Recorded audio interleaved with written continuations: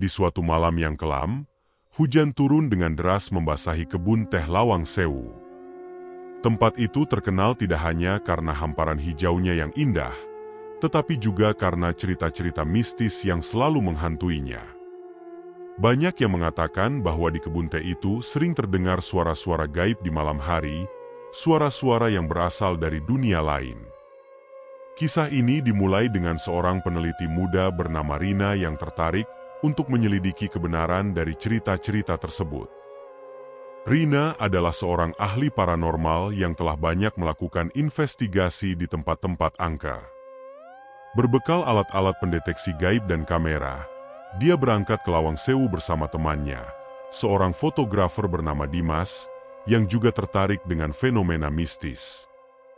Mereka tiba di Lawang Sewu pada sore hari, disambut oleh suasana kebun teh yang tenang namun menyimpan misteri.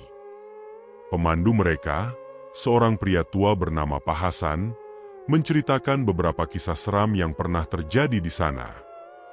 Salah satunya adalah cerita tentang seorang penjaga kebun teh yang hilang secara misterius setelah mendengar suara-suara aneh di malam hari. Rina dan Dimas mulai melakukan survei di sekitar kebun teh, memasang alat-alat pendeteksi di beberapa lokasi yang dianggap paling angker. Matahari mulai terbenam, dan suasana berubah menjadi semakin mencekam. Awan gelap menggantung di langit, menambah kesan menyeramkan di tempat itu. Mereka berdua memutuskan untuk beristirahat sejenak di sebuah pondok kecil di tengah kebun teh, menunggu malam tiba untuk memulai investigasi mereka. Ketika malam tiba, udara menjadi lebih dingin dan angin mulai bertiup kencang.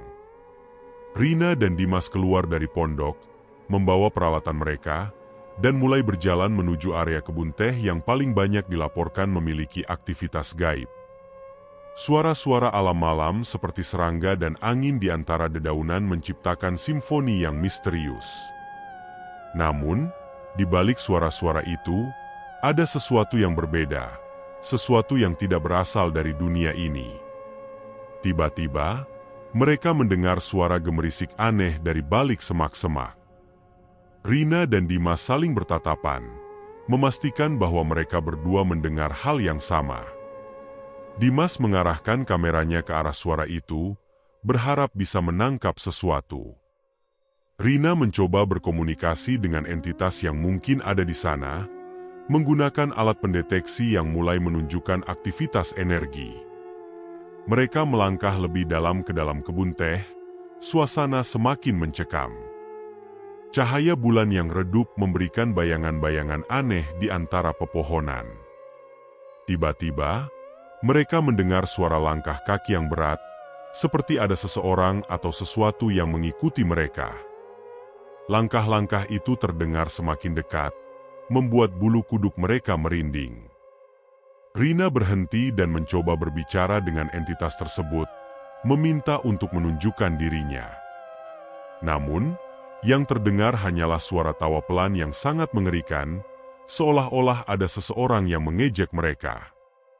Dimas merasa ada sesuatu yang mengawasi mereka dari balik kegelapan, tetapi dia tidak bisa melihatnya dengan jelas.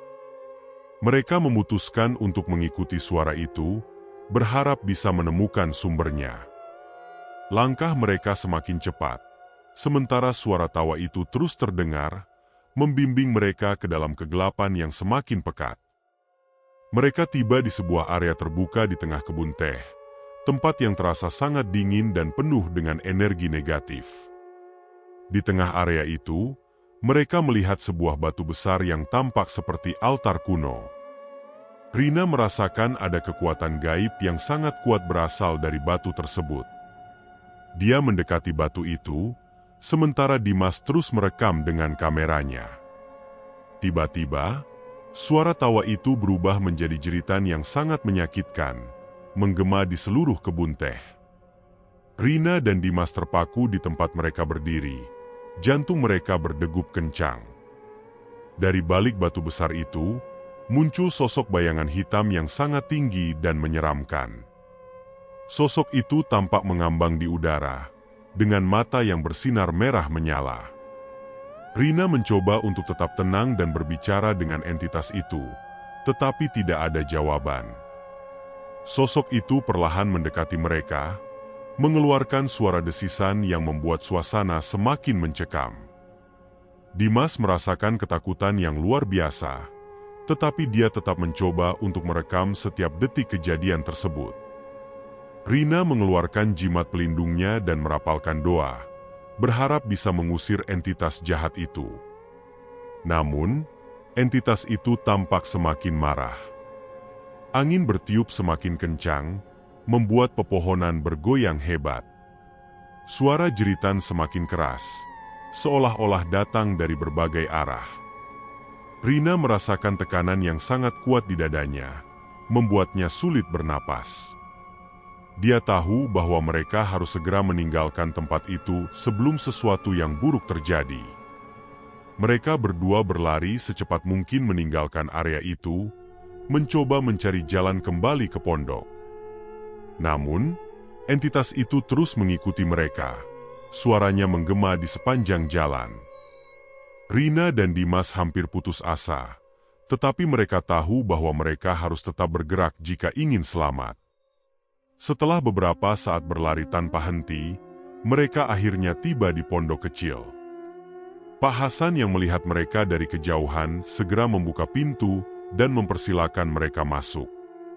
Pak Hasan yang bijaksana segera menyadari bahwa mereka telah berhadapan dengan sesuatu yang sangat berbahaya. Dia menutup pintu rapat-rapat dan menyalakan dupa untuk mengusir energi negatif yang mungkin terbawa bersama mereka. Rina dan Dimas menceritakan apa yang mereka alami kepada Pak Hasan. Wajah pria tua itu tampak serius, menunjukkan bahwa dia sangat memahami apa yang mereka hadapi. Pak Hasan kemudian mengungkapkan bahwa sosok bayangan hitam itu adalah arwah dari seorang pemimpin kebun teh yang sangat kejam di masa lalu. Dia sering menyiksa para pekerjanya dan melakukan ritual-ritual gelap untuk memperkuat kekuasaannya. Ketika pemimpin kejam itu akhirnya tewas dalam sebuah pemberontakan, arwahnya tidak pernah tenang. Dia terus menghantui kebun teh, menebarkan teror kepada siapa saja yang berani mendekat di malam hari. Pak Hasan juga mengatakan bahwa jeritan dan tawa yang mereka dengar adalah suara para korban yang masih terperangkap dalam dunia antara, tidak bisa menemukan kedamaian. Mendengar cerita itu, Rina merasa bahwa mereka harus melakukan sesuatu untuk membantu arwah-arwah yang terjebak dan mengusir entitas jahat tersebut. Dia meminta bantuan Pak Hasan untuk melakukan sebuah ritual pembersihan besar-besaran. Pak Hasan setuju, tetapi dia memperingatkan bahwa ini adalah tugas yang sangat berbahaya dan memerlukan keberanian serta keyakinan yang kuat. Keesokan harinya, Rina, Dimas, dan Pak Hasan mempersiapkan segala sesuatu yang diperlukan untuk ritual tersebut. Mereka mengundang beberapa ahli spiritual lainnya untuk bergabung dalam upaya ini. Saat malam tiba, mereka semua berkumpul di tempat yang sama di mana Rina dan Dimas berhadapan dengan sosok bayangan hitam itu. Dengan nyala lilin dan dupa yang memenuhi udara, mereka mulai merapalkan doa-doa dan mantra untuk memanggil arwah-arwah yang terperangkap. Suasana di sekitar mereka terasa semakin tegang, dan angin malam mulai bertiup kencang lagi. Tiba-tiba, suara jeritan dan tawa itu kembali terdengar, lebih keras dan lebih menyakitkan daripada sebelumnya. Para ahli spiritual terus merapalkan mantra, membentuk lingkaran pelindung di sekitar mereka. Rina merasakan kehadiran entitas jahat itu semakin mendekat. Dia memegang jimat pelindungnya erat-erat, merasakan kekuatan doa-doa yang dia rapalkan. Dimas, yang biasanya tenang, kini terlihat sangat ketakutan, tetapi dia tetap merekam segala sesuatu yang terjadi. Sosok bayangan hitam itu muncul kembali, kali ini dengan wujud yang lebih jelas dan menyeramkan.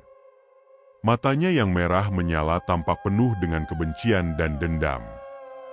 Dia berusaha menembus lingkaran pelindung, tetapi para ahli spiritual tidak membiarkannya masuk. Mereka terus merapalkan mantra dengan intensitas yang semakin tinggi, berusaha mengusir entitas itu ke tempat asalnya. Jeritan dan tawa itu semakin keras, menciptakan gema yang menakutkan di seluruh kebun teh. Rina merasa seolah-olah seluruh dunia sedang bergemuruh, tetapi dia tidak menyerah. Dia tahu bahwa mereka harus tetap kuat dan fokus jika ingin berhasil. Tiba-tiba, sosok bayangan hitam itu mulai meredup, menunjukkan tanda-tanda kelemahan. Pak Hasan, dengan suara tegas, memimpin doa terakhir untuk mengusir entitas tersebut. Dengan satu seruan kuat, mereka semua merapalkan mantra penutup, dan sosok bayangan hitam itu menghilang dalam sekejap, disertai dengan suara jeritan yang sangat mengerikan. Suasana mendadak menjadi sunyi, seolah-olah tidak pernah ada apa-apa di sana. Rina, Dimas, dan para ahli spiritual merasakan beban besar terangkat dari dada mereka. Mereka tahu bahwa mereka telah berhasil mengusir entitas jahat itu, setidaknya untuk sementara. Rina berharap bahwa ritual ini juga telah membantu para arwah korban untuk menemukan kedamaian dan bergerak menuju cahaya. Setelah kejadian tersebut, kebun teh Lawang Sewu mulai kembali normal. Laporan tentang suara-suara gaib di malam hari berkurang drastis, dan suasana di tempat itu menjadi lebih damai.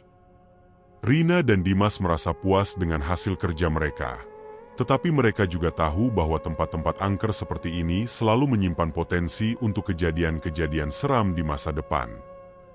Cerita tentang misteri kebun teh Lawang Sewu dan suara-suara gaib di malam hari tetap menjadi bagian dari legenda lokal. Orang-orang masih berbicara tentang keberanian Rina dan Dimas yang berani menghadapi kegelapan demi mengungkap kebenaran. Dan di antara hamparan hijau kebun teh yang indah, jejak-jejak dari masa lalu yang kelam tetap tersembunyi, menunggu untuk ditemukan oleh mereka yang berani mencari.